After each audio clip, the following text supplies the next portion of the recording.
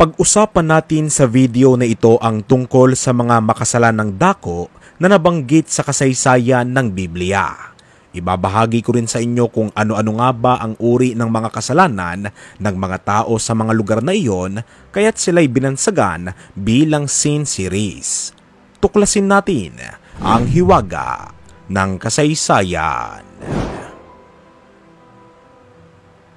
Ang Babylonia, mga kaibigan, ay isa sa mga kilalang lungsod noong unang panahon. Ito'y matatagpuan noon sa Southern Mesopotamia na sa ating panahon ay matatagpuan sa bansang Iraq.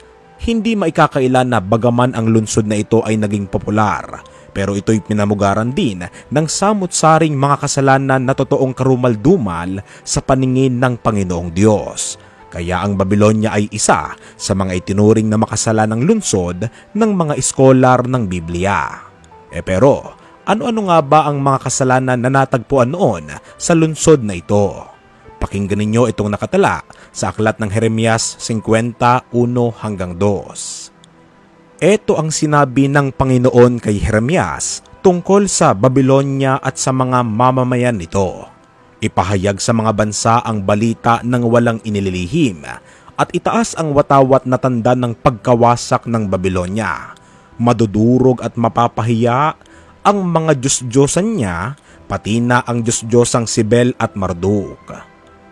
Isa po sa kasalanang namamayani noon sa lungsod ng Babylonia, batay mismo sa Panginoong Diyos, ay ang pagkakaroon ng mga mamamayan nito ng mga Diyos-Diyosan na isa sa mga kinamumuhi ang gawain ng Panginoon.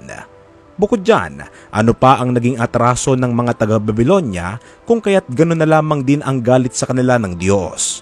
Ituloy po natin ang pagbasa sa talatang 11 at 17. Mga taga-Babylonia, sinamsam nyo ang pag-aari ng mga mamayan ko.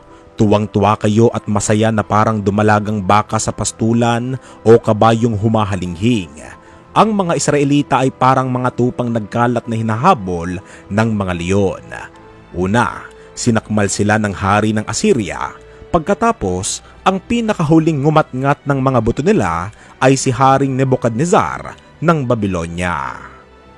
Isa pa sa nagpatindi ng galit ng Diyos sa makasalanang lungsod ng Babylonia ay nang pag-usigin ng mga pinunot mamamayan nito ang kinikilalang bayan noon ng Diyos, ang bayang Israel. Sinaktan niya ng hari ng Babylonia na si Nebuchadnezzar ang mga Israelita at ang mga mamamayan niyaon ay tuwang-tuwa pa sa pagsasamsam ng mga ari-arian ng Israel. At bukod pa sa mga kasalanang yan, kung lalaliman pa nga natin ang pag-aaral tungkol sa kasaysayan ng Babylonia, dooy malalaman din natin kung paanong naging lungsod ng kalayawan at iba't ibang uri ng kasalanan ang nasabing lungsod na siyang nag-impluwensya pa sa mga karatig lugar nito sa paggawa ng masama.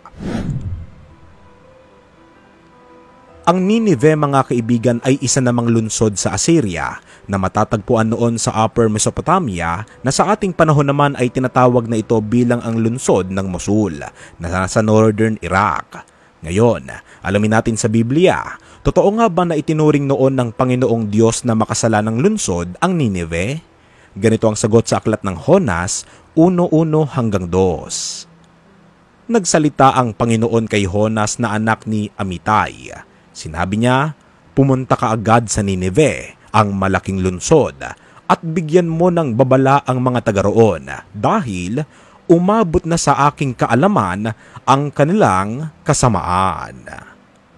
Tanong, ano-ano nga ba ang uri ng mga kasalanan ng mga mamamayan ng Nineveh na siyang umabot nga sa kaalaman ng Panginoon? Ganito ang patotoo sa aklat ng Nahum 3:1. Kahabag-habag ang lungsod ng Nineveh. Ito ay puno ng kasakiman at kasinungalingan, lungsod ng mamamatay tao at hindi nauubusan ng mabibiktima. Narinig ninyo? Ang mga mamamayan niya sa Nineveh ay punong-puno ng kasakiman, mga sinungaling sila at anyay mamamatay tao na hindi nauubusan ng mabibiktima. Sa makatuwid, umabot na sa kasukdulan ang kanilang mga ginagawang kasalanan. Bukod dyan, bakit nga ba ang banggit ng talata ay hindi sila nauubusan ng mabibiktima? Ano pa ba ang ibang kasalanan ng Nineveh kung kaya't gano'n na lamang katindi ang paggawa nila ng kasamaan. Ituloy natin sa talatang 4. Ang Ninive ay katulad ng isang mahalay na babae, mapanukso at puno ng kamandag. Binighani niya ang ibang mga bansa at inalipin ang mga ito. Bukod sa puno ng kasinungalingan at kasakiman, ang Ninive din anya ay nambibiktima ng ibang mga bansa na pagdakay kanilang aalipinin. Marahil sa mga bansang ito nagmula ang mga tao na binibiktima ng mga mamamayan ng nasabing makasalanang lungsod, kung kaya't sa pagtindi pang lalo ng ginagawa nilang kasalanan ay napakarami ng tao ang dumaing sa kanila na siyang nagpaabot nito sa kaalaman ng Panginoon. Kaya't ganito ang sabi ng Panginoong Diyos, "Narito, ako'y laban sa iyo, O Tiro, at aking pasasampahin ang maraming bansa laban sa iyo, gaya ng pagpapasampa ng dagat ng kanyang mga alon, at kanilang gigibain ang mga kuta ng Tiro at ibabagsak ang kanyang mga muog. Akin din namang papalisin sa kanya ang kanyang alabok at gagawin ko siyang hubad na bato." Ang kinagagalitan ng Diyos sa binasa nating talata ay ang lungsod ng Tiro. Sa galit ng Diyos ay pinarusahan niya ito at tuluyan itong nagiba. Pero ano nga ba ang atraso ng mga mamamayan ng Tiro sa Panginoon kaya't ganoon na lamang ang galit niya sa kanila? Itaas natin ang pagbasa sa talatang 1 hanggang 2. Noong unang araw ng buwan ng 11 taon ng aming pagkabihag, sinabi ng Panginoon sa akin, "Anak ng tao, natuwa ang mga taga-Tyre nang mawasak ang Jerusalem. Ang sabi nila, nawasak na ang pangunahing pinupuntahan ng mga mangangalakal, kaya dito na sila pupunta sa atin at tayo naman ang uunlad." Ang pinakakasalanan ng mga taga-Tiro sa Diyos ay nang magbunyi o matuwa ang mga mamamayan nito nang mawasak ang Jerusalem, na nagbunga sa pagbagsak din ng ekonomiya sa nasabing dako. Batay pa sa mga scholar ng Biblia, mababakas din ang pagmamataas ng mga mamamayan sa Tiro na isa sa pinakaayaw na katangian ng Diyos sa mga tao. Ang lungsod ng Sodoma at Gomora na ata ang pinakapopular kung ang pag-uusapan ay makasalanang lungsod.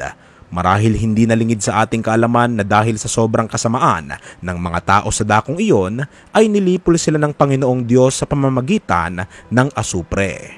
Ngunit, ano-ano nga ba ang mga kasalanan ng mga tao sa Sodoma at Gomora? Pakinggan ninyo ang nakatala sa Judas Tadeo 1 talatang 7. Alalahanin din ninyo na ang Sodoma at Gomora at ang mga karatig lungsod ay nalulong sa kahalayan at di karaniwang pagnanasa ng laman, kaya't sila'y pinarusahan sa apoy na di namamatay bilang babala sa lahat. Narinig ninyo? Ang mga mamamayan niya sa Sodoma at Gomora ay nalulong sa kahalayan at di karaniwang pagnanasa ng laman, na kung babalikan natin ang kasaysayan, imbis na ang magsipingan ay lalaki at babae, dumating ang punto na pumatol ang lalaki sa kapwa niya lalaki at ang babae ay sumiping sa kapwa babae. Sa makatuwid, homosexuality ang isa sa mga pangunahing kasalanan ng Sodoma at Gomora. Bukod dyan, ano pa ang kasamaan na naghari noon sa mga lugar na iyon? Narito ang nakatala sa Ezekiel 16:49 hanggang 50. Ang kasalanan ng kapatid mong Sodom ay pagmamataas. Siya at ang mga anak niyang babae ay sagana sa pagkain at maunlad ang buhay, pero hindi sila tumulong sa mahihirap at mga nangangailangan. Sa pagmamataas nila, gumawa sila ng kasuklam-suklam sa paningin ko, kaya pinarusahan ko sila katulad nga ng nakita mo. Bukod po sa homosexuality, ang pagmamataas pa ang isa sa kinaayawan ng Diyos na nakita niya sa Sodoma at Gomora. Naging sakim din sila sapagkat sa kabila ng katotohanang mayayaman ng mga tao doon, hindi naman sila tumulong sa mga mahihirap at mga nangangailangan. Bagkus, ang pagmamataas nilang iyon ang naghatid pa sa kanila sa iba't ibang uri pa ng kasamaan na kinasusuklaman ng Panginoon.